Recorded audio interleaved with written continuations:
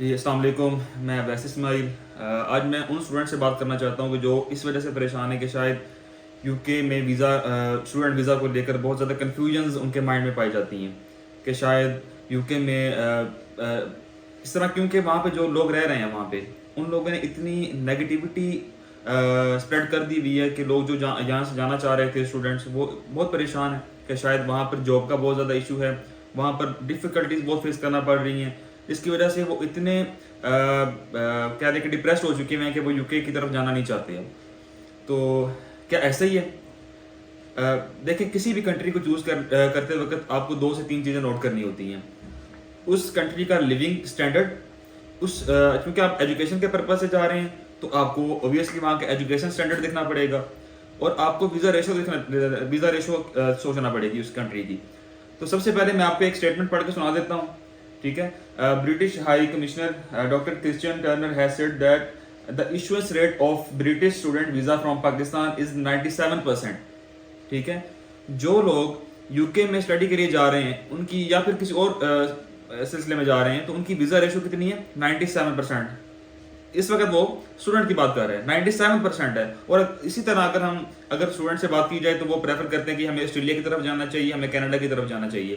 तो अगर आप इसी तरह ऑस्ट्रेलिया की वीज़ा रेशो देखते हैं तो अगर कनाडा की बात करें तो 65% पाकिस्तानी स्टूडेंट जो है ना, वो उनकी वीज़ा रेशो एसडीएस प्रोग्राम पे रही है। अगर एसडीएस पे आपको पता हो कि एसडीएस पे अभी रिसेंटली जो कैनेडियन गवर्नमेंट ने एक्सपेंडिचर्स इंक्रीज किए हैं, तो आपको लग समझ आएगी। तकरीबन 10 मिलियन अगर आपके पास होते हैं तो आप एलिजिबल हो कि आप उस कैटेगरी में जाके अपना वीज़ा फाइल कर सकते हो, स्टूडेंट वीज़ा। इसी तरह ऑस्ट्रेलिया की अगर हम वीज़ा रेशो की बात करें तो कोई इतनी अच्छी नहीं रही है, ठीक है। 50% टू 60% वीज़ा रेशो इस टाइम ऑस्ट्रेलिया की जा रही है। तो क्वेश्चन ये है कि क्या आप यूके ना जाएं? Why not? अगर आप जाते हैं, अगर हम एजुकेशन स्टैंडर्ड की बात करें तो सबसे पहले यूके आता है। यूके के अंदर आपको टॉप यूनिवर्सिटीज देखने को मिलती हैं, ऑक्सफोर्ड मिलती है, कैम्ब्रिज मिलती है, बेशबहार यूनिवर्सिटीज हैं जो कि आपको यूके में नजर आती हैं। लेकिन इसी तरह अगर हम देखें ऑस्ट्रेलिया कनाडा को, ये सब यूके से पीछे हैं। ठीक है, इनका लिविंग स्टैंडर्ड, इनकी एजुकेशन का स्टैंडर्ड सबसे अच्छा है, बहुत बेहतरीन है। लेकिन जब हम कंपैरिजन करते हैं कंट्रीज को, तो हम यूके, ऑस्ट्रेलिया, कनाडा, यूएसए को कंपैरिजन करते हैं। तो इन सब से देखा जाए तो स्टूडेंट्स के लिए बेस्ट डेस्टिनेशन हमें कौन सी नजर आती है? फिगर्स के अंदर, फैक्ट एंड फिगर्स की अगर हम बात करें तो UK is the best destination for the students. ठीक है, तो जो स्टूडेंट्स का क्या हम इसमें मेरा बात करने का मकसद ये बिल्कुल नहीं है कि आप ऑस्ट्रेलिया या कनाडा की बात ना करें, वहां ना आप जाएं, ऐसा नहीं है। अगर हम बात करें ऑस्ट्रेलिया की, देखें वहां पर बहुत सारी चीजें मैटर करती हैं। सबसे पहले आपकी प्रोफाइल, ठीक है, वो बहुत अच्छी होनी चाहिए। प्रोफाइल इस तरह अच्छी होनी चाहिए, लेकिन वो स्टूडेंट्स भी वो कह रहे हैं कि हमने यूके नहीं जाना जिनका 10-10 साल का स्टडी गैप है। ठीक है, अगर आज आपके पास अच्छी चॉइस है, आपके पास अपॉर्चुनिटी है, उसको अवेल करें। ठीक है, ऑस्ट्रेलिया में अगर आप जाते हैं, आपका स्टडी गैप 2 साल से ज्यादा होगा तो आपकी वीजा रेशो अच्छी नहीं जाएगी। ठीक है, आपको उसके लिए आइट्स भी करना पड़ेगा, वीजा रेशो तब आपकी जाके बेहतर हो सकती है। इसी तरह अगर हम कनाडा की बात करें, कनाडा के एक्सपेंसेस ऑलमोस्ट तकरीबन एक एवरेज बंदे की पहुंच से बाहर है। तकरीबन आपको 10 मिलियन, क्योंकि जब से उन्होंने जो ब्लॉक अकाउंट था उसकी उन्होंने जो पेमेंट है वो डबल कर दी है, 20,000 pound Canadian dollar, sorry 20,000 Canadian dollars कर दी है। तो तब से जाकर स्टूडेंट्स का काफ़ी ज़्यादा माइंडसेट चेंज हो चुका है और वो वहाँ अफोर्ड नहीं कर सकते हैं। इसलिए आपके पास जो बेस्ट डेस्टिनेशन बनती है यूके। ठीक है, या तो आप यूरोप में चले जाएं, ठीक है, लेकिन वहाँ पे आपको लैंग्वेज बैरियर फेस करने को मिलता है।